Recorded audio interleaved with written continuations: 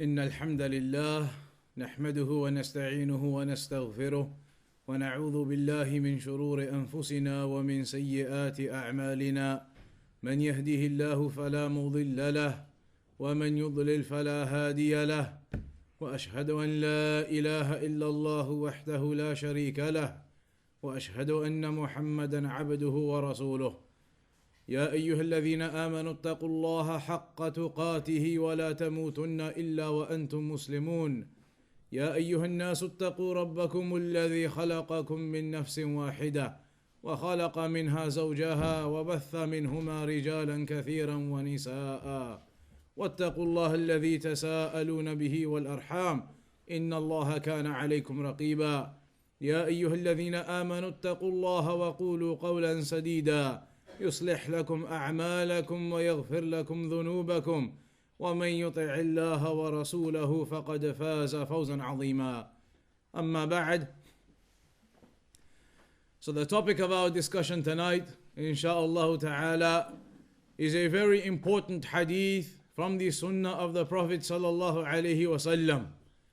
And this hadith, the scholars have given it extreme importance due to it clarifying one of the foundational aspects of this religion, or explaining one of the foundational aspects of this religion. And that is the hadith wherein the Prophet ﷺ mentioned, "Man ahdatha fi amrina hadha ma laysa minhu fahuwa radd." That whomsoever innovates or brings about something new into this affair of ours, into this religion of ours, then it will be rejected. Man ahdatha fi amrina hadha ma laysa minhu fahuwa radd. Whomsoever introduces or brings about something new fi amrina, into this affair of ours, i.e. the religion, fahuwa radd, then it will be rejected. And that is the narration of Aisha radiyallahu anha. There is another version of the hadith in Sahih Muslim where the Prophet sallallahu alaihi wasallam said, "Man amila amalan laysa alayhi amruna, aw laysa alayhi amruna fahuwa radd." Whomsoever does an action which is not from our actions, not from our affair, not from our religion, then it will be rejected. This hadith, therefore, it clearly explains that an individual who does an action or brings about some activity which is not from the religion, it is not prescribed in the Quran and the Sunnah, then it will not be accepted from that individual. In order to understand that, we need to understand some of the basic principles of worship, some of the basic principles of this religion in terms of obedience to Allah. We know that the scholars have mentioned from the evidences of the Quran and the Sunnah that for any action to be correct, for any action to be acceptable, then it requires two aspects, two pillars.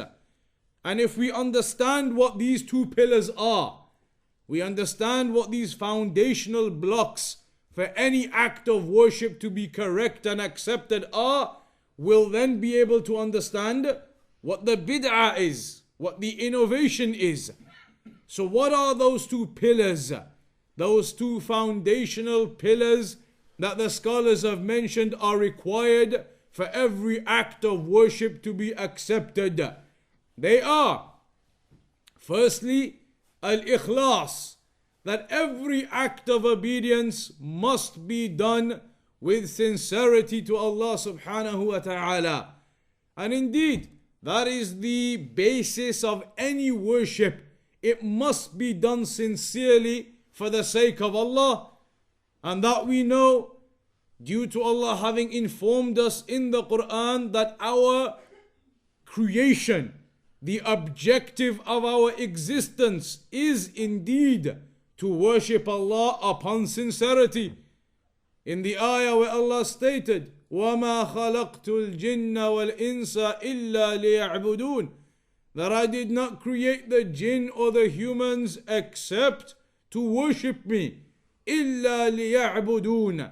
And as the Salaf they used to say, إِلَّا لِيَعْبُدُونَ, except to worship me. The meaning of that is إِلَّا لِيُوَحِّدُونَ, except that they worship me upon tawheed, upon sincerity. And that is as Allah said in other ayat of the Quran, وَمَا أُمِرُوا إِلَّا لِيَعْبُدُوا اللَّهَ مُخْلِصِينَ لَهُ الدِّينَ حُنَفَاءَ, that they were not commanded except to worship Allah sincerely, except to worship Allah subhanahu wa ta'ala sincerely. Sincerity to Allah, desiring the reward of Allah, desiring the pleasure of Allah. Hunafa, i.e. upon tawheed. Upon tawheed. Hunafa, upon the millah of Ibrahim alayhi salam, upon tawheed. Similarly, Allah stated in the Quran, فَمَنْ كَانَ يَرْجُو لِقَاءَ رَبِّهِ فَلْيَعْمَلْ عَمَلًا صَالِحًا وَلَا يُشْرِكْ بِعِبَادَةِ رَبِّهِ أَحَدًا, that whomsoever wishes to meet his Lord, then let him do the righteous actions. Let him do the righteous actions and not to commit any form of shirk with Allah subhanahu wa ta'ala. وَلَا يُشْرِكْ بِعِبَادَةِ رَبِّهِ أَحَدًا, and that he does not commit any form of shirk with his Lord, in the worship of his Lord. And that therefore dictates sincerity.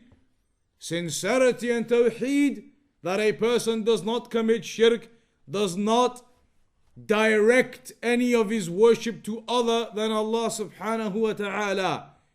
Then after that there are more evidences in the Sunnah that prove this principle of worship, that one pillar is the sincerity to Allah.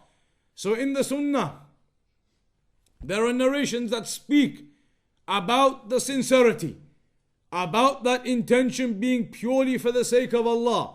So the Prophet ﷺ mentioned in the famous hadith, إِنَّمَا الْأَعْمَالُ بِالنِّيَّاتِ, that indeed all actions are but by their intention.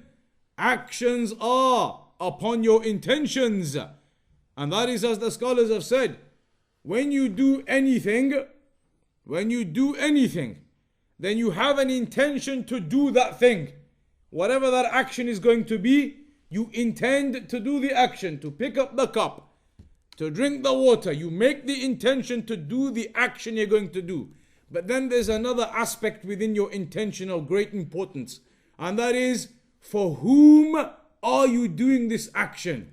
It's one thing intending to do the action, then it's another on top of that, for whom are you doing this particular action? That is the aspect of the intention that must be sincerely for the sake of Allah subhanahu wa ta'ala. That therefore is the first pillar of worship. Any act of obedience, for it to be correct, for it to be acceptable, then it must be done for the sake of Allah, sincerely for the sake of Allah, not associating any other partner or desiring any other reward or rank or status or worldly gains. That it must be done purely for the sake of Allah. The second aspect of every act of worship and obedience that is required for it to be accepted and correct, because sincerity alone is not sufficient. Sincerity alone is not sufficient. There is a second pillar that is required, a second aspect that must go hand in hand with the sincerity, must go side by side with the sincerity. And that second pillar is that your acts of worship, as well as being sincere, must also be done in accordance to how the Quran and the Sunnah informed us, i.e. al-mutaba'ah, following the Sunnah, in accordance to the Sunnah. So if an individual did an action sincerely, but didn't follow the sunnah in how he did it, it wouldn't be correct. How do we know that following the sunnah in how the sunnah, the revelation, the Quran and the sunnah, how they have informed us to worship Allah, we must do it in accordance to that, otherwise it will not be accepted. Again, many evidences, many narrations that prove we must do our actions in accordance to the revelation. In the Quran itself, Allah commanded us to do that. In the Quran, Allah said, وَمَا آتَاكُمُ الرَّسُولُ فَخُذُوهُ وَمَا نَهَاكُمْ عَنْهُ فَانْتَهُوا. That which the Prophet ﷺ gives you, then take it. And that which he prohibits you from, then abstain from it. You do the commandments as they have come, and you stay away from the prohibitions as they have come. Clear ayah in the Quran commanding us with that. Then you have the hadith also of the Prophet ﷺ where he said, مَا نَهَيْتُكُمْ عَنْهُ فَاجْتَنِبُوهُ وَمَا أَمَرْتُكُمْ بِهِ فَأْتُوا مِنْهُ مَا اسْتَطَعْتُمْ. That which I have prohibited you from, then abstain from it. And that which I have commanded you with, then do as much as you are able from it. So all of these narrations, they prove to us that there is an absolute necessity for these two pillars to be in place, for the worship and the obedience to be accepted and correct, that it must be done in sincerity to Allah, and that it must be done in accordance to the sunnah of the Prophet ﷺ. So let's examine what happens if either one of those two pillars is missing. So consider if an individual, he does his worship or whatever act it is that he is doing sincerely for the sake of Allah. He fulfills that criteria. He does his action purely for the sake of Allah. So he walks into the masjid at the time of Isha, sincerely, purely for the sake of Allah, having made his wudu, and he comes and he enters. Then for Isha, he decides, purely for the sake of Allah, in his heart he may think that I want to do worship to Allah, I love Allah, I want to increase my worship and my obedience. Therefore, today for Isha, for the sake of Allah, purely, sincerely, I will pray 10 raka'at. Increase my worship to Allah, sincerely for Allah. So even if he claims now, in that situation, that his worship, his prayer, he's doing it purely for the sake of Allah. He says, what's your problem? I'm praying extra raka'at, prayer. You're going to tell me my prayer is bid'ah. You're going to tell me my action of worshipping Allah purely for Allah is wrong. Then we'll say, yes, here your action is wrong. Even if you claim you're doing it purely and sincerely for the sake of Allah. Why? Because there in that act of his, he has fulfilled, as he claims, one of the two pillars. He says he's doing it sincerely for the sake of Allah. Okay. But the second pillar, is his action that he claims he's doing sincerely for the sake of Allah, is that action based upon the evidences of the Quran and the Sunnah? Clearly not. Because the evidences of the Quran and the Sunnah, they tell us that Isha prayer, the obligatory prayer, is 4 raka'at. Therefore, if he increases upon that, he's now done an action which is outside of the revelation, and therefore not acceptable in that form. This is somebody who has missed following the Sunnah in his action. So it is not sufficient for him to say, but I'm doing it for the sake of Allah, I'm doing it because I want to show my love for Allah. All of that he can claim. But when he missed the second pillar, he missed the second fundamental of making sure that this worship which he says he's doing sincerely is also done in accordance to how the Quran and Sunnah told us. When he missed that part, his worship now became something unacceptable in that form. And this is when the Salaf, they used to say, كَم مِّن مُرِيدٍ لِلْخَيْرِ لَمْ يُصِبْهُ. How many people out there, they might well desire goodness, They might well desire goodness, but they never reach that goodness. They never obtain that goodness. They never get the goodness that they wanted. Why? Why, if they intended goodness, didn't they get to it? Because they forgot about the second aspect that they required, which was to make sure that they are doing this goodness in accordance to what the Quran and the Sunnah highlighted and legislated for them. This is proven also, or further explained, because it will confuse some when it comes to the issue of the celebration of the birthday of the Prophet ﷺ, or it comes to the middle of Sha'ban, the middle of Rajab, and the middle of all these other months where they have these worships that they do. And they often give out papers saying, pray this many raka'at tonight, and do this many du'as tonight, and read this 1,000 times in this night. And they give them out on a particular night of a particular month. And they'll say, what? You're worshipping Allah. Pray and do this adhkar, these remembrances, supplications. It's all worship to Allah. You're showing your love for Allah. What's wrong with that? Don't listen to these people who tell you it's innovation. That's what they'll say. So then people may become confused. They'll say it's true. It's worship to Allah. I'm going to go to the masjid. I'm going to pray all night. I'm going to do dua all night. So then you explain to them, in the Quran itself, we have been told, we have been taught that this type of argument, it is false. To say, but I'm doing it sincerely for Allah. How can you say innovation, bid'ah, etc.? We say to them, Allah said in the Quran, قُلْ إِن كُنْتُمْ تُحِبُّونَ اللَّهِ فَاتَّبِعُونِي يَحْبِبْكُمُ اللَّهُ وَيَغْفِرْ لَكُمْ ذُنُوبَكُمْ. Say that if you truly love Allah, if you love Allah, then do what? Then follow me. The loving of Allah is demonstrated through the practice of the Quran and the Sunnah. That aspect, that fundamental of every worship. This ayah in the Quran, the scholars, they call it, they give it a name. What's the name the scholars have given this ayah? That say, if you indeed love Allah, then follow me. If you want to show your love for Allah, then follow the Quran and the Sunnah. What's the name the scholars gave this ayah in Surah Ali Imran? The scholars, they say, this is the ayah, ayatul imtihan, they say. The ayah of the examination, the test. This is the test. If somebody wants to come and say to you, we love Allah, as they say, you Wahhabis, you don't love Allah, you don't love the Messenger, etc., etc. They give these claims.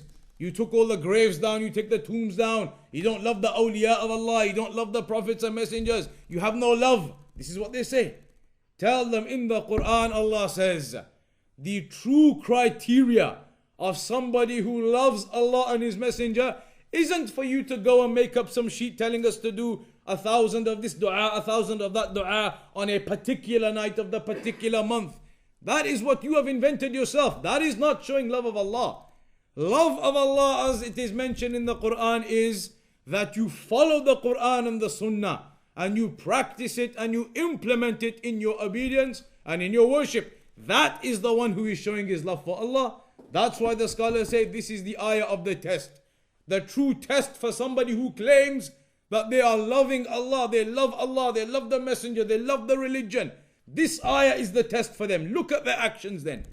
If they claim they are doing all of this from their love for Allah and the Messenger, then look at their actions. Are their actions within the bounds of the Quran and the Sunnah? Are they doing what is mentioned with evidences in the Quran and the Sunnah? Or are they doing something they made up themselves? And that's why when somebody comes along, for example, with the birthday of the Prophet ﷺ, and he says, well, so what? If there aren't any evidences, whatever. So what? I'm just showing my love for Allah and the Messenger. Can't I do that? I just want to show my love for the final Messenger, Muhammad ﷺ. We're going to make some food, come together, read some books of seerah.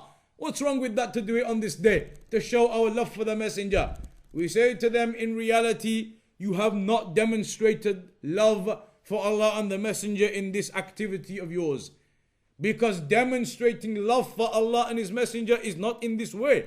It is through practicing the Quran and the Sunnah as it has come.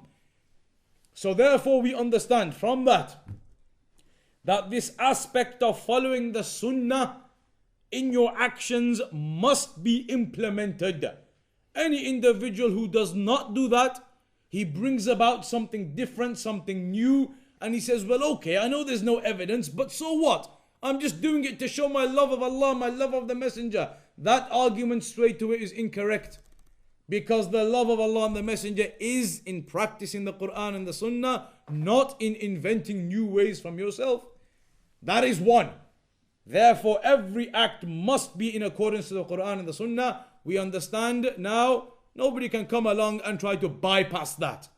Nobody can come along and try to bypass that principle and say, okay, it's not in the Quran and the Sunnah, but I'm just showing my love. In the Quran, it tells you that is incorrect, this argument of theirs. The second aspect, that's sincerity. Imagine now then, another individual, he comes along into the masjid as well, and he prays Salatul Isha, and he prays it perfectly, beautifully. Just as the Prophet ﷺ instructed us to do so. Sallu kama ra'aytumuni usalli. Pray as you have seen me pray. This individual, he walks into the masjid and he prays in the absolute perfect manner. You look at him and it's as if you're reading the hadith in front of you physically. Perfectly every aspect of the prayer. So this individual, he's done this act of worship. And he's done it in accordance to the Quran and the Sunnah exactly. He's come at the right time for that prayer. He's prayed it perfectly and beautifully. Every aspect. And that's what in the Quran when it says Iqamatis Salah or Iqamis Salah. Whenever you see those ahadith and the narrations and the ayat in the Quran where it mentions Iqamis Salah, the establishment of the prayer. That ayat, those ayat and those narrations when they talk about the establishment of the prayer, yuqimus salah, iqamis salah, that means to establish the prayer. It doesn't just mean to pray. Those narrations don't just mean pray. Pray as long as you pray. They don't just mean that. Yuqimus salah, al-iqamah, here it refers to the establishment of the prayer. What is the establishment of the prayer? As opposed to just praying. The establishment of the prayer is that a person prays it in the proper and correct manner with all of the arkan, with all of the wajibat and all of the sunan, with all of the pillars, all of the obligatory parts and all of the sunnah parts too. He does everything. That is the establishment of the prayer when it mentions an yuqimus salah, iqamis salah. That word iqama yuqimu, aqama yuqimu, it refers to the proper establishment of the prayer. That's why the scholars have said there are two descriptions to the Prophet's prayer. Often you hear the famous book of Shaykh al-Albani, the Prophet's prayer described. There are two descriptions to the Prophet's prayer. One, as Shaykh Salih al-Fawzan said, is the complete description of the Prophet's prayer. And that is the description which has all of the arkan, the pillars, all of the wajibat, the obligatory acts, and all of the sunnah acts within the prayer. That is the complete description of the Prophet's prayer. Then there is a deficient description of the Prophet's prayer. And that is if somebody comes along and prays with the arkan and the wajibat, but they miss all of the sunan out. Or they miss aspects of the sunan parts of the prayer out. There are certain parts in the prayer which is not a pillar, it's not an obligation. Even if you forgot it, your prayer would be correct. But if you don't do it and you leave it, even though your prayer is correct in of itself, you haven't prayed upon the perfect description of the Prophet ﷺ. So here, in any case, an individual comes in and he prays in the proper and accurate description of the Prophet's prayer. So he has fulfilled in his worship following the sunnah, that pillar. However, if that individual had come in and done that prayer perfectly and beautifully, but he had intended in his mind the 10 or 20 or 30 people sat in the room. He had walked into the front, seen the congregation, and decided, I'm going to pray my tahiyatul masjid, these 2 raka'ats, in the most perfect and beautiful manner, just to show all of them. so that they will praise me. MashaAllah, how beautifully you pray, how knowledgeable you are regarding the affairs of the prayer. So he desired the praise of the people.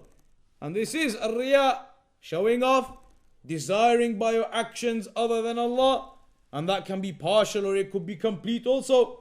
So when an individual does that action like that, prays perfectly in accordance to the sunnah, but he was doing it for other than the sake of Allah. He came in and he did it purely for the sake of the people. Now he's missing the aspect of sincerity. Therefore that prayer, even though it was in accordance to the sunnah, will not be accepted. So you see now, if either of those two pillars are missing, the action becomes incorrect. If sincerity is missing, the action becomes like showing off or desiring worldly gain or benefits or rank or status. You're desiring something else by your action. If you're not intending it for the sake of Allah, you're intending it for some other reason, to show off in front of the people, whatever it may be. Just like the narration regarding the three individuals who will be thrown into the hellfire on the Day of Judgment. From the first of them, an individual who will say, or it will be said to him on the Day of Judgment, all of the blessings which he was given by Allah, all those blessings he will be shown them, or they will be explained to him, and he will recognize them. He will recognize all of the blessings. So then it will be said to him, what did you do with all these blessings you were given in the world? He will say, قَاتَلْتُ فِيكَ حَتَّى اسْتُشْهِدْتُ. He'll say, I fought in your path until I was killed, until I was martyred. But it will be said to him, كَذَبْتَ. You're lying, you have lied. إِنَّمَا قَاتَلْتَ لِيُقَالَ جَرِيء. You only used to fight. You used to go and fight, correct, but you only used to go and fight so that the people would say about you how courageous and bold you are. So you desired the praise of the people. You didn't desire by your action the reward of Allah. So that individual, the angels will be commanded, he'll be dragged and thrown into the hellfire. Another individual, he used to teach the people the Quran, etc. And he'll say, I taught the people, gave them knowledge. And again it will be said to him, كَذَبْتَ. You're lying. You only used to teach the people the Quran, etc. recitation, so that the people would say, قَارِئ. This individual, he's an excellent reciter. And the people, they would praise you for your voice and your recitation. That's what you desired when you used to teach the people. So this individual also will be dragged and thrown into the fire, because with his action he did not have the sincerity. And a third individual, he had wealth, so he spent in the way. He spent in the various ways and channels. And he will say on the Day of Judgment, مَا تَرَكْتُ مِن سَبِيلٍ تُحِبُّ أَن يُنْفَقَ فِيهَا إِلَّا أَنْفَقْتُ فِيهَا. He'll say, I never left any angle or way where you love charity to be given, except that I gave charity in all of those different ways. All of the different ways that you love for charity to be given, I spent in all of those ways. Again it will be said to him, كَذَبْتَ. You're lying, you have lied. You only spent all of that money so that people would say, Jawad, look how generous you are. And indeed, the people, they said that. So again, this individual will be dragged and thrown into the hellfire. So you see from this, these individuals were lacking sincerity, even though their actions may have been in accordance to the sunnah. One fighting in the path of Allah, one teaching the people the Quran, etc. One spending in charity and spending in the ways that Allah loves them to be spent. So their actions were correct, but their sincerity was lacking, it was missing when they did them. So one pillar was absent, even if the second, doing it in accordance to the sunnah, may have been there. So their actions were incorrect and they were thrown into the fire. That indicates an action that is insincere. As for the second part, if a person does it with sincerity, but he doesn't follow the sunnah, like the individual who comes and prays extra raka'at, or he goes and does, he says the 15th of this month you have to stay up praying 1,000 raka'at on this night. He might be doing all of that as he claims sincerely, but because it's not on the sunnah, his action becomes a bid'ah. His action now becomes something which is innovated. It's something which is against the sunnah. And the scholars, they explain the difference between when do you say somebody's act is against the sunnah and when can you say it's at the level of being a bid'ah. There's differences they mention. However, at the very least, no doubt this person, his action is against the sunnah, and if he persists upon it, it is an innovation from him because he has not followed the Quran and the sunnah in what he did. Allah said in the Quran, وَمَا يَنْتِقُ عَنِ الْهَوَىٰ إِنْ هُوَ إِلَّا وَحْيٌ يُوحَىٰ. The Prophet ﷺ does not speak from desires. Rather, that is revelation that is given to him. Revelation that has been given to the Prophet ﷺ. So we see therefore that it is of extreme importance for an individual to make sure that every act of worship he is doing, it is done, it is built upon those two pillars. The scholars, they call them the two pillars of actions. Rukna al-amal. The two building blocks, the two pillars of any act of worship or obedience.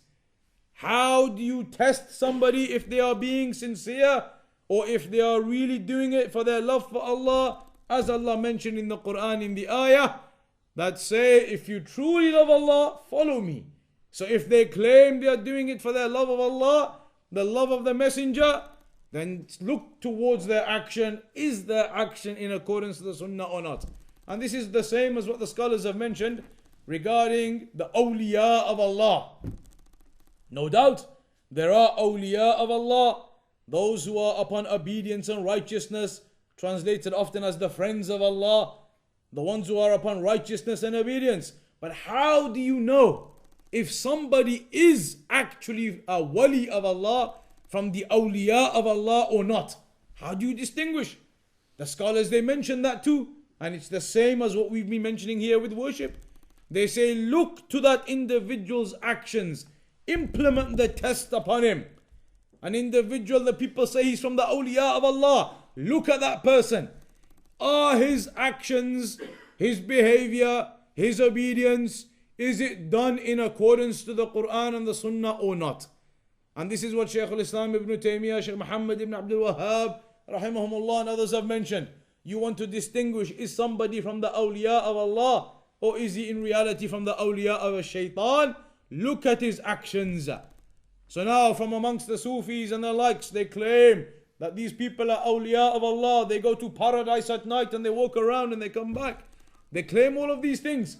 So look at these people of theirs and you'll find that some of these so-called awliya no longer pray. They claim they are above the prayer now. They claim they have reached such a level of highness in creation with Allah that they no longer have to pray. And in fact, the scholar Shaykh Muhammad ibn Abdul Wahhab and others have mentioned, you'll find all types of other evil, corrupt activities from them. These people who are supposed to be so-called awliya of Allah. So you distinguish a person in this way. You place this criteria of the Quran and the Sunnah upon that individual. And this in reality is how you distinguish Ahlul Sunnah from Ahlul Bid'ah. Place that criteria in front of your eyes. Are these people upon the Quran and the Sunnah, the Hadith, the Ayat? Are they practicing it in the way of the Salaf? Or are they not?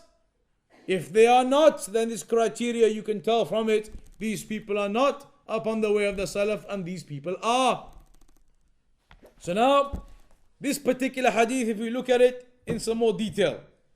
The hadith of Aisha radiallahu anha when she said that the Prophet sallallahu alaihi wasallam said, من أحدث في أمرنا هذا ما ليس منه فهو رد.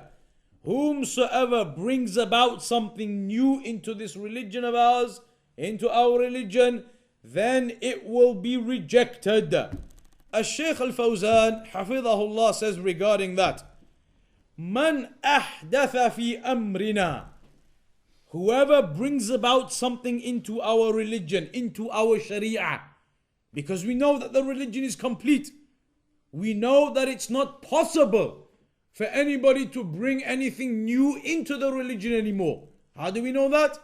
How can we make this claim that the religion is complete and there is nothing else anybody could now bring to add into it, to fill any more gaps? Again, because of the evidences, the Quran, the ayah, Allah told us, اليوم أكملت لكم دينكم وأتممت عليكم نعمتي ورضيت لكم الإسلام دينا. اليوم أكملت لكم دينكم.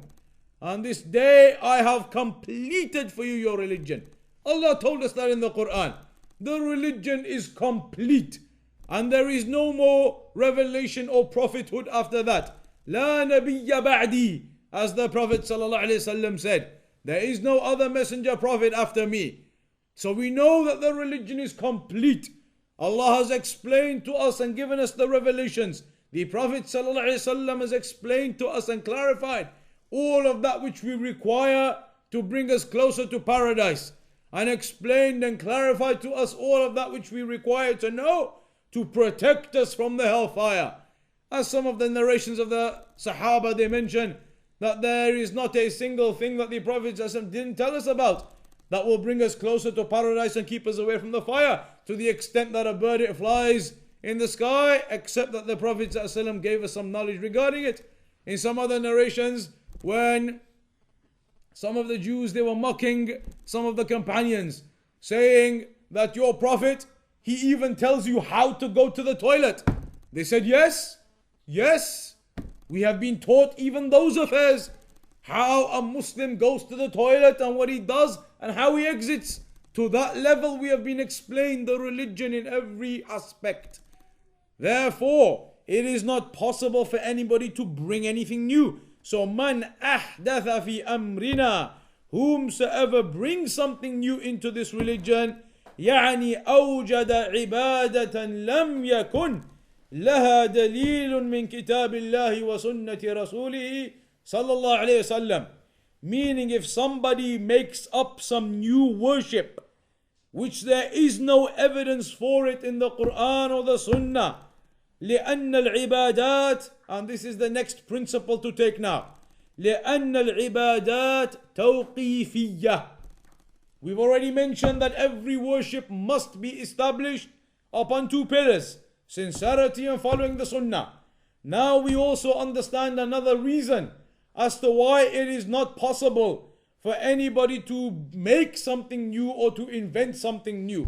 And that is because the principle of Ahlul Sunnah is that worship is tawqifi, meaning that when it comes to acts of worship or obedience to Allah, we can only obey Allah and be obedient to Allah and worship Allah in the manner which has been described to us. That's the meaning of it being tawqifi. You cannot go beyond the evidences of the Quran and the Sunnah. When it comes to worldly affairs, if it's a worldly affair, then you have an option. It's free. The affair is open to you, unless there is some evidence prohibiting it. When it's worldly affairs, you want to buy this bottle of water with a purple lid, or there's another company with a blue lid, some Avian or whatever. Which one shall I buy? Buy whatever you want. It's a worldly affair. The issue is open to you, unless there was a prohibition. If there was a prohibition on one of them, this particular brand of purple one has some alcohol in it. Now the religion has prohibited the buying of this type. Otherwise, it's open to you. Buy this one, buy the blue one, buy the yellow one, whichever water you like. Worldly affairs, it's open to you unless something prohibits one of those choices. In religious affairs, in worship, it's the opposite. Nothing is open to you. It's all closed, except that which has been opened to us specifically. So with worship, you're not allowed to do anything unless you've been told in the Quran and the Sunnah, this is what you do, this is how you do it. So you see, it's opposites. With worldly affairs, whatever you please, as long as there is no prohibition upon it from the Quran and the Sunnah. You want to buy the blue car, the red car, you want to buy Ericsson, Sony, whatever, Do what you want with worldly affairs unless there was a prohibition telling you you can't do this or that. With religious affairs and with worship, it's the opposite. You can't do whatever you want. You can't do whatever you like. You can only do if you find some evidence. That therefore shows to you the incorrect argument that some of the people of innovation will bring to you, and maybe sometimes they confuse some people. They are doing a particular act of worship as they claim. Some person of innovation will come along and say that he is doing some particular act of worship, and you tell him this act of worship, there's no evidence in the Quran and the Sunnah for it. This act of yours, what you're doing, there's no evidence in the Quran and the Sunnah for it. He'll say to you, prove it to me. What's the evidence I can't do this worship? Prove it to me. What's the evidence that this is an innovation, I can't do it? Why is that question really twisted? Because the reality is, it's the other way around. According to the principle, the reality is, he has to bring you proof that it's actually allowed to do. Not that you have to bring him proof why it's not allowed to do. Ibadat tawqifiyah. You're only allowed to do what the revelation tells you can do. So if the individual comes along doing some act which isn't in the Quran and the Sunnah, but then he says, well, prove it to me. Show me the hadith or the ayah that says this particular act isn't allowed. You say to him, no, it's the other way around. You show me the evidence in the Quran and the Sunnah where it says in the first place that this act of yours is allowed. That's the way around it is. And that's what the meaning of al-ibadat tawqifiyah is. So now if that is the case, that you're not allowed to invent or make up any act of worship yourself, it must be evidenced in the Quran and the Sunnah. Therefore, that highlights straight away that if some individual made something up himself new, that would by default now be outside of the revelation of the Quran and the Sunnah. So it would be going out of this principle of ibadat being tawqifiyah, that your worship can only be upon what is in the Quran and the Sunnah. And that is from the basics of the religion. The shahada. When an individual says, Ashhadu an la ilaha illallah wa anna Muhammadan Rasulullah, I bear testification that Muhammad is the messenger of Allah. The scholars have said, this testification of yours, when you say, I testify Muhammad is the messenger of Allah, it includes within that 4 points. The meaning of that is 4 aspects. What do you mean when you say, I testify Muhammad is the messenger of Allah? The scholars have said this testification of yours, it dictates 4 things. One is what?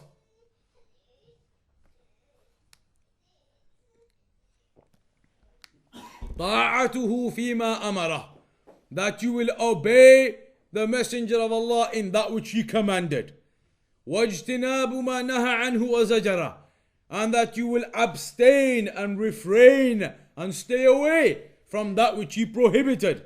وتصديقه فيما أخبره, and that you will accept and believe in that which he informed us of, the narrations and the ahadith from the affairs of the unseen, the day of judgment. You believe in all of that.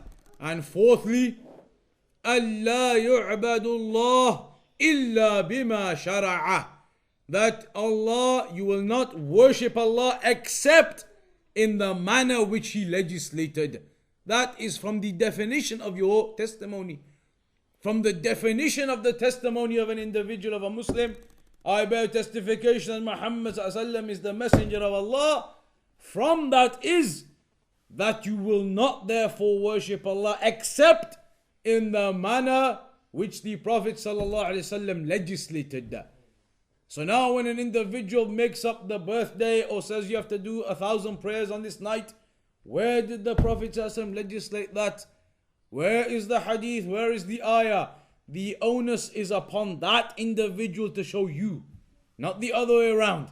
Don't allow them to say, well, you prove to me why it's wrong. Tell them, no, you prove to me why it's right. That's the way. And they will not. They will not be able to show you any authentic hadith proving worship the birthday of the Prophet ﷺ, or celebrate the birthday rather, They will not bring you any authentic evidence explaining why on this night of the middle of the month and that night of the middle of the month you're supposed to do this, that, the other. Or evidence saying that you can go to the graves of the awliya, as they say, and make dua there. Or even go to the grave of the Prophet ﷺ and ask him to take your dua. Show them, ask them, where is the proof? Where is the evidence from the Quran and the Sunnah? Our worship must be upon those two pillars, sincerity and following the Sunnah. So where is the evidence now for this to be upon following the Sunnah? So here the Shaykh says, Al-ibadat tawqifiyya la yu'malu illa bima dalla alayhi ad-dalilu minha. Nothing can be done except what an evidence has indicated. أما ما لم يدل عليه دليل فإن الله لم يشرعه. As for the actions where no evidence indicates them, then they are actions that Allah has not legislated. ومن تقرب إلى الله بشيء لم يشرعه فهو مبتدع محدث في الدين ما ليس منه. And whomsoever, this is the speech of Shaykh Al-Fawzan, حفظه الله, whomsoever seeks closeness to Allah in a manner that Allah did not legislate, via an act that Allah did not legislate, then that individual is a mubtadi', he's an innovator, a muhdith, innovator, having brought something new about, which isn't from the religion of Allah. Muhdithun fi ad-deen ma laysa minhu, he has brought about something into the religion which is not from it. وعمله مردود عليه لا يقبل عند الله سبحانه. And therefore his action, it is rejected and not accepted by Allah. And that's the meaning of the hadith. من أحدث في أمرنا هذا ما ليس منه فهو رد. Then it is rejected, رد, meaning مردود عليه. It is rejected upon him, thrown back upon him, not accepted. Because those pillars are missing. Either sincerity or in this case, following the sunnah of the Prophet ﷺ. So, فهو رد أي مردود عليه لا يقبل عند الله سبحانه وتعالى مهما أتعب الإنسان نفسه فيه. The Shaykh says, no matter how much a person tires himself out, praying and doing all types of supplication and remembrance and all types of things that the people they do, no matter how much you tire yourself out, وَمَهْمَا خَلُصَتْ نِيَّتُهُ فِيهِ, and no matter how sincere you might be, no matter how sincere you might be, and how much you might tire yourself out worshipping Allah as you believe, فَلَا يُنظَرُ إِلَى صَلَاحِ النِّيَّةِ وَحُسْنِ الْقَصْدِ. Shaykh Al-Fawzan says, you don't look at the correctness of his intention, or the accurateness of his intention, or the goodness of his intention. He might say, sincerely for Allah. The Shaykh says, you don't just look at that. بَلْ لَا بُدَّ مِنَ الْمُتَابَعَةِ حَتَّى يُقْبَلَ الْعَمَلِ. But you must have following of the sunnah for that action to be accepted. فإن خلا من أحد هذين الشرطين فهو مردود على صاحبه. So if either of these two conditions are missing, then it is rejected and thrown back upon the person who performed that action. وفيه دليل على أن البدع في الدين كلها مردودة. The Shaykh says this hadith, therefore, within of this there is an evidence that every innovation in the religion, every innovation, it is rejected. And we know the importance of that. How important is it to understand that innovations, actions that you do that are not prescribed in the Quran and the Sunnah, not understood in the methodology of the Salaf, that those actions will not be accepted. It is so important that the Prophet ﷺ used to tell the companions every week, the Prophet ﷺ used to tell them about the danger of innovation, about the danger of bid'ah. When? Not just at any time in the week, every week. Every week on the Jum'ah, every week in the Friday prayer, in the khutbah, the Prophet ﷺ used to tell them about this innovation. So you hear, فَإِنَّ كُلَّ مُحْدَثَةٍ بِدْعَةٍ وَكُلَّ بِدْعَةٍ ضَلَالَةٍ وَكُلَّ ضَلَالَةٍ فِي النَّارِ. Every newly invented affair is an innovation, and every innovation is a misguidance, and every misguidance is in the fire. All of that mentioned by the Prophet ﷺ regarding innovation every week in the Friday khutbah.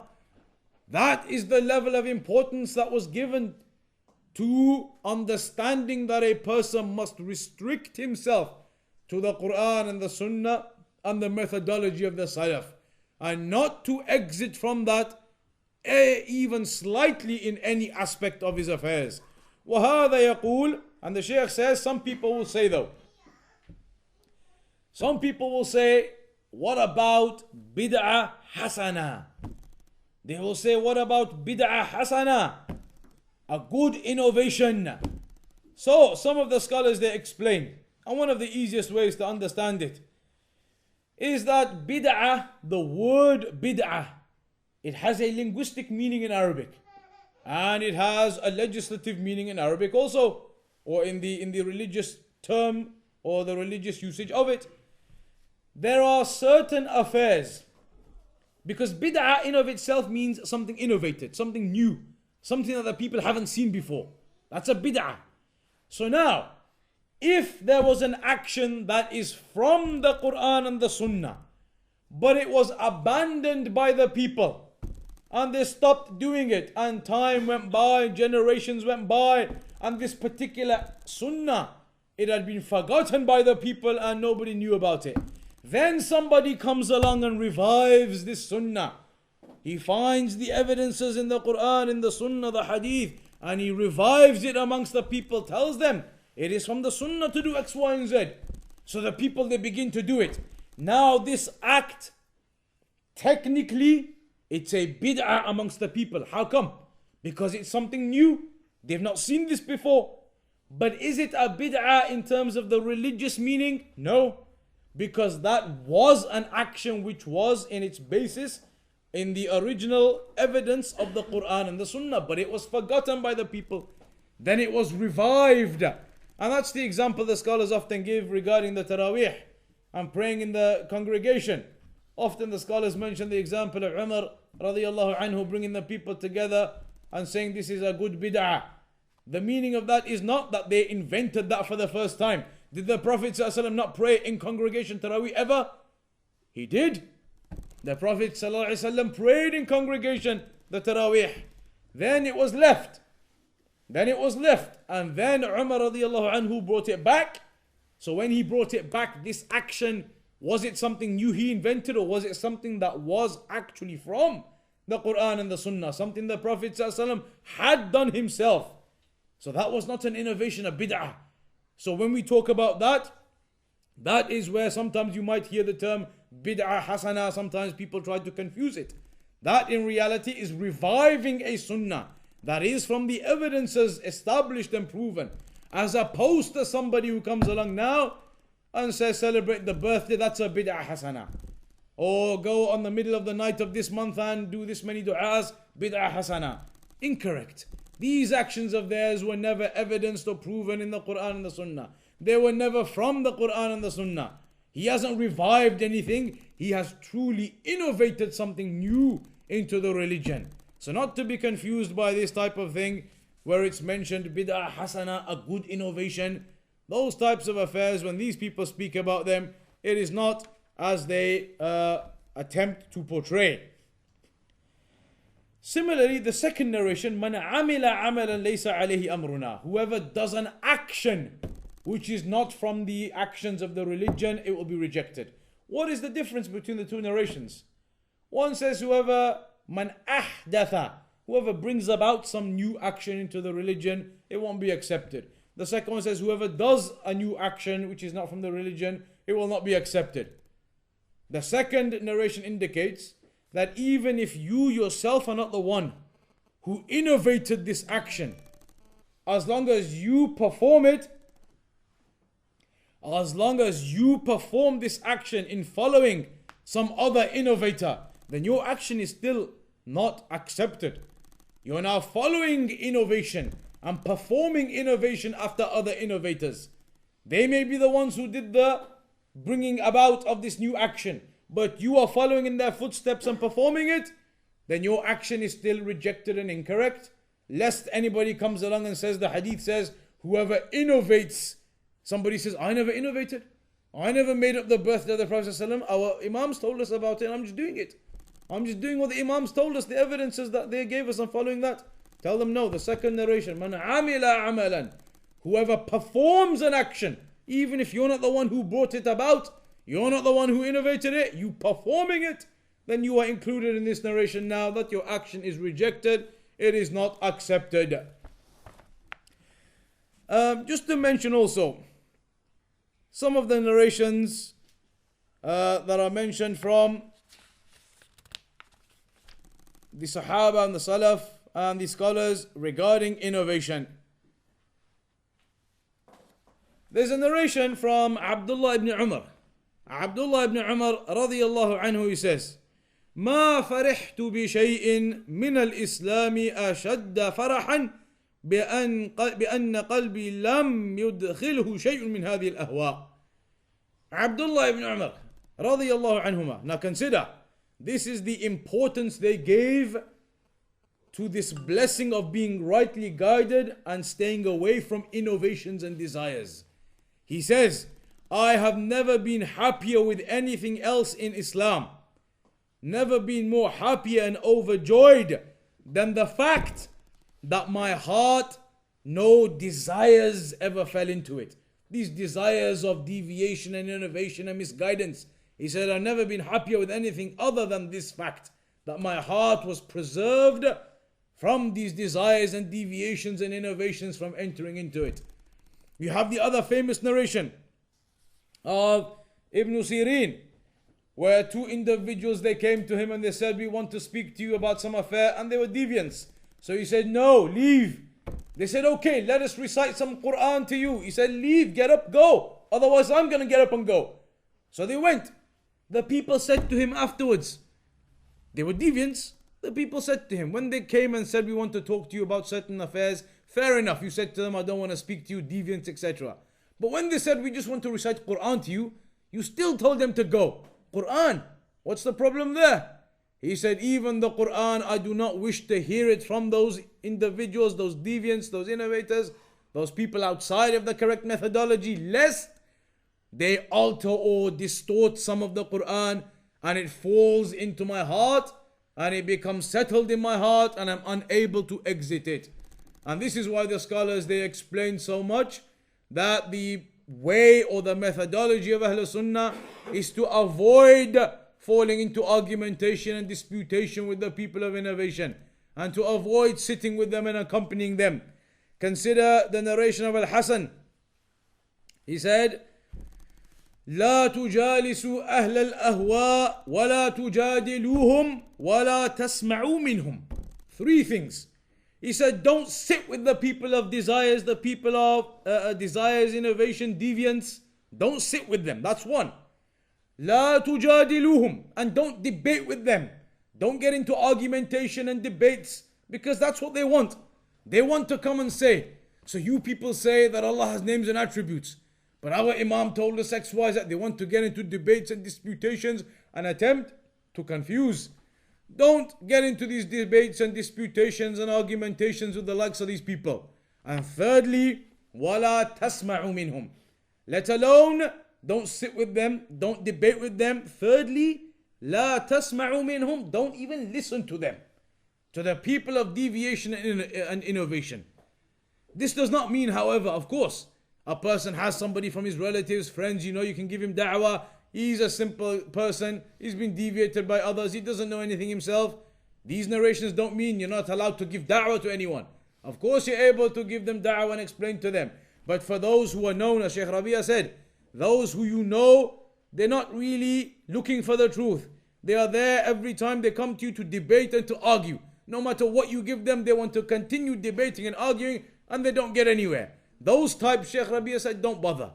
But others, who you know, friends, family, relatives, whoever it may be, and they're not of this nature, they will listen, they will attempt to understand. So you try to give them da'wah, even if they may be upon deviance because of their friends and whomsoever and their upbringing, but they are not people of confrontation against you. Then you can try. But as for those who have more ability than yourself, or they have more knowledge than yourself, or they want to debate and confront you, then you don't sit with those likes. You don't sit there to put yourself exposed. Perhaps you become confused by their doubts, or to waste your time even if you're able to overcome them, because all they want to do is dispute and argue. So Shaykh Rabi' said, you look at the people, from the ones that you know, simple people, you can give them da'wah, attempt to do so. Those who wish to confront and argue and oppose and debate and waste your time, don't give them any time. This is what the Salaf they used to mention regarding the affair. And we'll conclude upon mentioning what the scholars have said. Ibn Abi Dawood, in the famous book that you've heard of now, Al-Ha'iyah, Ha'iyat Ibn Abi Dawood. The poem that Ibn Abi Dawood, Abu Dawood, you know the famous Abu Dawood who wrote Sunan Abi Dawood, his son Abdullah ibn Abi Dawood, he wrote this poem in Aqidah, the Aqidah of Ahlul Sunnah, the religion of Ahlul Sunnah with regards to these affairs.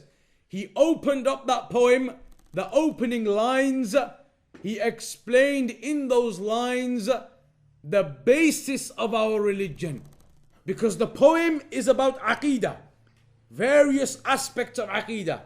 But when he opened up the poem in the opening 2 or 3 lines, it wasn't actually about details of Aqidah, it was as an introduction to explain what the rest of this poem is going to be based upon. And the whole of the poem is based upon evidences of the Quran and the Sunnah in Aqidah. And that's why Ibn Abi Dawud said at the beginning, تَمَسَّكْ بِحَبْلِ اللَّهِ وَاتَّبِعِ الْهُدَى وَلَا تَكُ بِدْعِيًّا لَعَلَّكَ تُفْلِحُ. Cling on to the rope of Allah. تَمَسَّكْ بِحَبْلِ اللَّهِ وَاتَّبِعِ الْهُدَى, and follow the guidance. تَمَسَّكْ بِحَبْلِ اللَّهِ وَاتَّبِعِ الْهُدَى وَلَا تَكُ بِدْعِيًّا, and do not be an innovator. لَا تَكُ بِدْعِيًّا, do not be an innovator. لَعَلَّكَ تُفْلِحُ, so that maybe you will be successful. وَدِمْ بِكِتَابِ اللَّهِ, and make your religion from the book of Allah. وَالسُّنَنِ الَّتِي أَتَتْ عَنْ رَسُولِ اللَّهِ تَنْجُو وَتَرْبَحُ, and from the sunnah of the Prophet ﷺ, the sunnah which came, the revelation that came, make your religion from those sources and the methodology of the Salaf, and that you may be successful and saved, that you may find salvation within that. And no doubt salvation is within that. And that is why the Prophet ﷺ said, مَنْ يَعِشْ مِنْكُمْ فَسَيَرَى اخْتِلَافًا كَثِيرًا, whomsoever lives amongst you, you'll see much differing. فَعَلَيْكُمْ بِسُنَّتِي وَسُنَّةِ الْخُلَفَاءِ الرَّاشِدِينَ الْمَهْدِيِّينَ تَمَسَّكُوا بِهَا, cling on to that, the sunnah. وَعَضُّوا عَلَيْهَا بِالنَّوَاجِذِ, and bite onto it with your molar teeth. Cling on to it, bite onto it, don't let go of that Quran and sunnah. Similarly in the other narration, تَرَكْتُ فِيكُمْ شَيْئَيْنَ, the Prophet ﷺ said, I've left 2 things behind. مَا إِن تَمَسَّكْتُمْ بِهِمَا لَن تَضِلُّوا, as long as you cling on to them, you won't go astray. كِتَابَ اللَّهِ وَسُنَّتِي, the book of Allah and my sunnah. This is where the salvation is. The book of Allah and the sunnah and the methodology of the Salaf. Proofs and evidences. Not the ideas of people, the idea of the Imam telling you have to do this, you have to do that. You have to go to the grave, you have to pray on this night. Make things up without proofs in the Quran and the Sunnah. Fall into innovations. Oppose this hadith where the Prophet ﷺ said, مَنْ أَحْدَثَ فِي أَمْرِنَا هَذَا مَا لَيْسَ مِنْهُ فَهُوَ رَدَّ. Whomsoever brings about anything which is not from our legislation, this religion, then it will be rejected, not accepted. So we'll conclude upon that point. وصلى الله على نبينا محمد وعلى آله وصحبه أجمعين.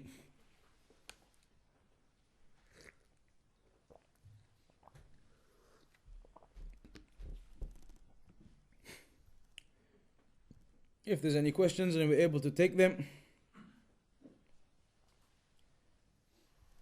then we'll take them, and if not, we'll conclude there.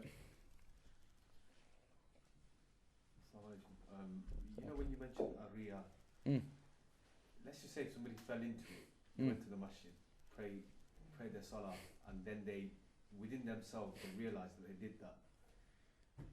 Apart from seeking tawbah with Allah, does he have to repeat that prayer if it was a fard prayer? It depends on how the riyah, the lack of sincerity, the showing off came. The scholars, they say, if that showing off was from the basis of the prayer, he walks in, he sees people from the very beginning, he has that in his intention, from the very beginning of his prayer, it's showing off. From the very beginning, even his takbir, and everything, from the very beginning to the end. Now his action is incorrect, he has to repeat it. Some scholars say, now that's the first scenario. If it's from the beginning to the end, the whole action was done upon insincerity, then it's incorrect, you have to do it again. If, however, he started correctly, properly, sincerely, then in the middle of it, he notices somebody walk in, and so all of a sudden he starts to make it better and more beautiful. Now here, there's a slight difference amongst the scholars. Some of them say still he has to repeat the whole prayer. They say because the prayer, it's not something you can break up. You can't say, well, the first 2 raka'at he was sincere, so they're okay, and the second 2 he started showing off, so they're false, he has to repeat them only. They say you can't break up the prayer. The prayer is one unit, one entity of worship. They say like the wudu. The wudu is one entity of worship. You can't just make half the wudu, walk away, 10 minutes later everything's dry, come and finish off the feet or something. It has to be all together in one go, an entity. So they say the prayer is an entity. And based upon that opinion, therefore, they say your whole act is incorrect. If showing off falls into some part of it, then all of it is incorrect.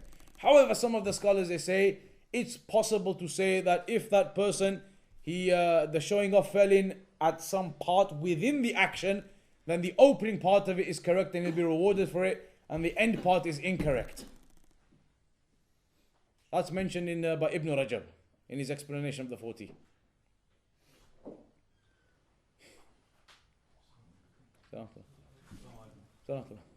What response do you give when you get a question like, how can this be the truth when there's so few of you? How can this way be the correct way if there's so few people upon it? And that's something that you hear a lot. So Khalas, there's a narration of the Prophet ﷺ, and he said, عُرِضَتْ عَلَيَّ الْأُمَمِ, that the previous nations, they were shown to me in a vision. And in that vision, when he saw the previous prophets and their followers, hadith, it's authentic, mentioned. He said, وَرَأَيْتُ النَّبِيَّ وَلَيْسَ مَعَهُ إِلَّا الرَّهَطِ, I saw one prophet, he didn't have with him except a handful of people, 3 to 10. The prophet had been giving the da'wah all of his time that he was upon that revelation, only 3 to 10 people, several people had followed him. More than that, the Prophet ﷺ says, وَرَأَيْتُ النَّبِيَّ وَلَيْسَ مَعَهُ إِلَّا الرَّجُلُ وَالرَّجُلَانِ, I saw another prophet, he didn't have with him except 1 or 2 people only. After giving all of that da'wah, only 1 or 2 people from his nation had followed him. Then he said, وَرَأَيْتُ النَّبِيَّ وَلَيْسَ مَعَهُ أَحَدٌ, and I saw some prophet and he didn't have a single person with him. So numbers, the scholars, they say from that narration, is not an evidence. Numbers is not an evidence for the authenticity or the correctness of something. That's why they say that you can be the ummah, as some of the scholars they used to mention, وَلَوْ كُنْتَ بِوَحْدِكَ, if you are upon the Quran and the Sunnah, then you are the ummah. You are the ummah by yourself, even if you were by yourself, as long as you're the one upon the Quran and the Sunnah. So numbers is not a proof, and that hadith highlights that clearly. If that was a proof, numbers, then how come the prophets only had 1 or 2 people, all the other hundreds and thousands of their people didn't follow them? So were they all right and the prophet and the 1 or 2 were wrong? Obviously not. So numbers is never a proof, it's not an evidence. And that narration highlights it clearly.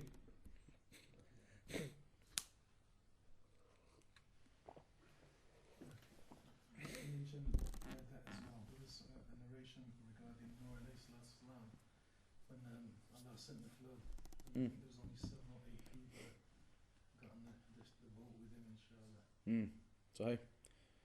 Well, if you look at the narrations of the prophets that went by, Nuh alayhi salam and the others, Musa alayhi salam, Ibrahim alayhi salam, how many people opposed them? How many people opposed them and what they were upon? If we were talking about numbers, that would never be an argument. You'd never be able to uphold the argument, the numbers, if you look into the history, look into the prophets and the messengers and the da'wah and what the people opposed them, etc.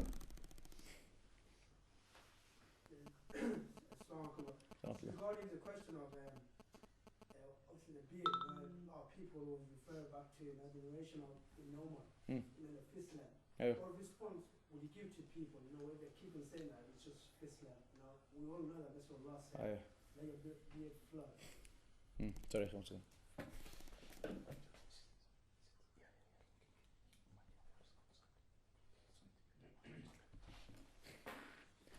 So regarding the beard, some of them say a fist length. You were saying, huh? Yeah, that's a lot of people say that. Ayo. You mentioned about the Tarabi, how Umar revived the Sunnah. Uh-huh. Obviously that's what I just wanted to get Ayo. answer for it. How it's that, something Hassan, bid of Hassan or something like that. With the beard, the narrations in the Sunnah are clear, where the narrations talk about i'fa'ul lihya. That's the word mentioned in various narrations. I'fa'ul lihya. The word i'fa in Arabic means to leave. Leave the beard. That's the way that the narrations come, a lot of them. Leave the beard. I.e., no cutting, trimming, just let it grow. Leave the beard to grow. That narration regarding Umar, or Ibn Umar, that when he used to, radiyallahu anhuma, when he used to cut the beard, or take it to the length of a fist, or something of that nature, then that's mentioned often that it was in the rites of Hajj and Umrah. That when you cut the hair, and the scholars they say that's when he used to do it.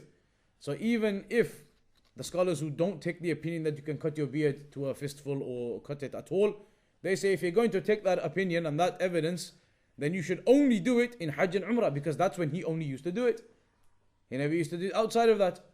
But you're right, it's an opinion of some of the scholars. They mention it, that you can do up to a fistful, and you can take what's below the fistful based upon that narration and others.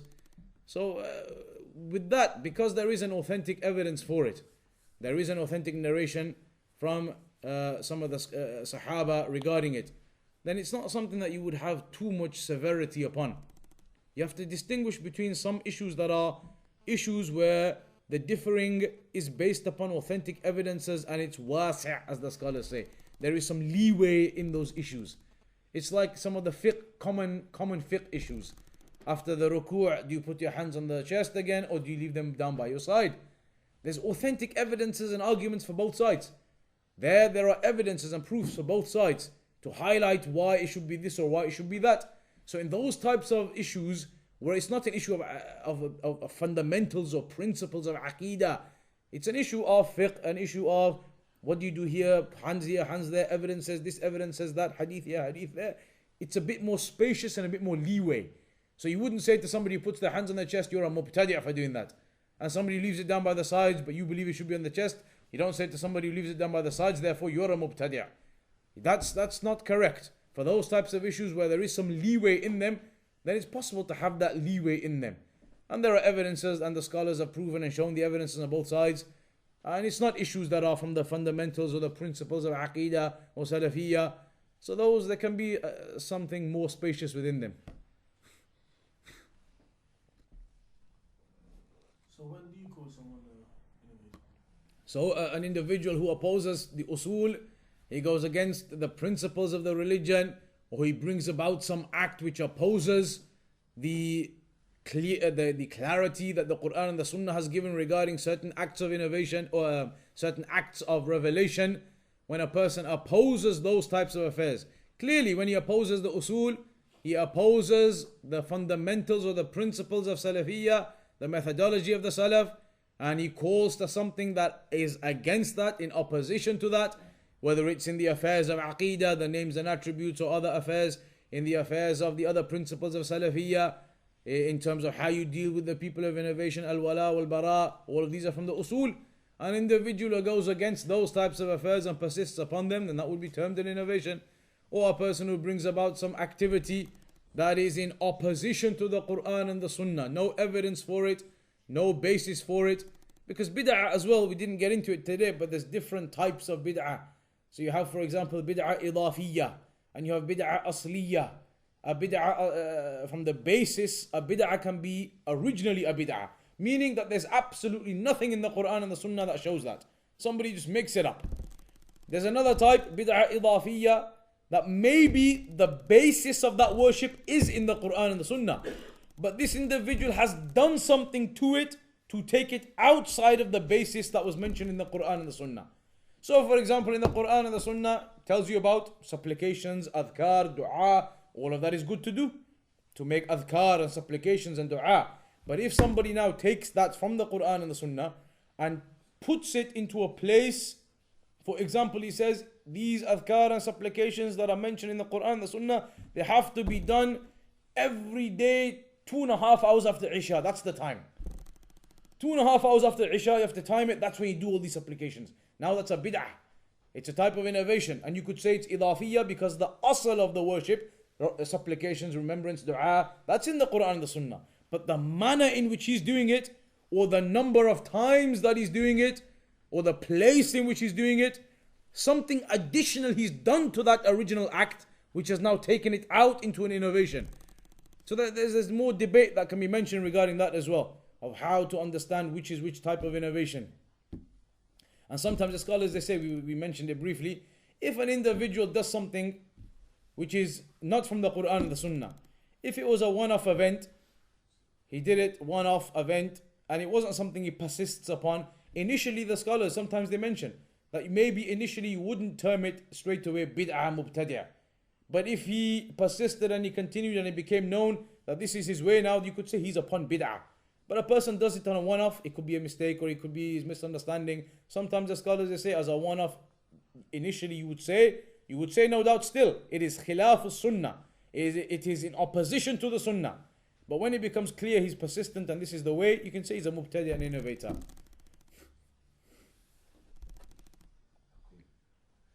explain regarding to something maybe that the companions did, that the Prophet didn't do. Like for instance, something like that.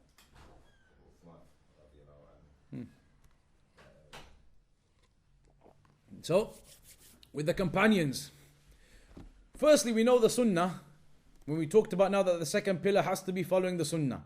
Sunnah, we know it can be the statements of the Prophet ﷺ, it can be the actions of the Prophet ﷺ, it can be also the taqrirat, the tacit approval, the acknowledgement of the Prophet ﷺ, meaning that maybe the companions did something sometimes and the Prophet ﷺ didn't reject that. It was acknowledged by the Prophet ﷺ. Then also, we have this issue now of what about if the companions did something, maybe after the death of the Prophet ﷺ. Already, we know from the narration that we mentioned before, فَإِنَّهُ مَنْ يَعِشْ مِنْكُمْ فَسَيَرَ اخْتِلَافًا كَثِيرًا. Whomsoever lives from amongst you, you'll see much differing. فَعَلَيْكُمْ بِسُنَّتِي. So cling on to my sunnah. And then the Prophet ﷺ said also, وَسُنَّةِ الْخُلَفَاءِ الرَّاشِدِينَ. And the sunnah of the Khulafa al-Rashidin. They were mentioned, that was mentioned in the narration too.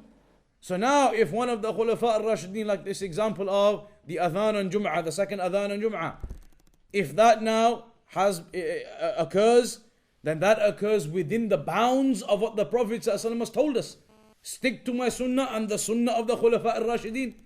So it is not correct for an individual to come along and try to make arguments and try to exert himself and to tire himself out and to research to try to prove that this was an innovation from the companions. Who would want to exert themselves and put themselves out and tire themselves to try to prove that companions did innovation? What kind of intellect and mentality is that? When the Prophet ﷺ said, stick to my sunnah and the sunnah of the Khulafa al-Rashidin. My sunnah and the sunnah of the Khulafa al-Rashidin. So this type of act, we don't say that the companions, they were innovators.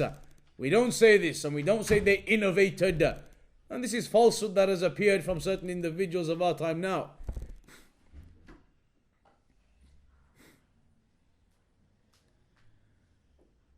So we'll conclude there for today then. Jazakumullah khaira, and inshallah we'll meet again at some point.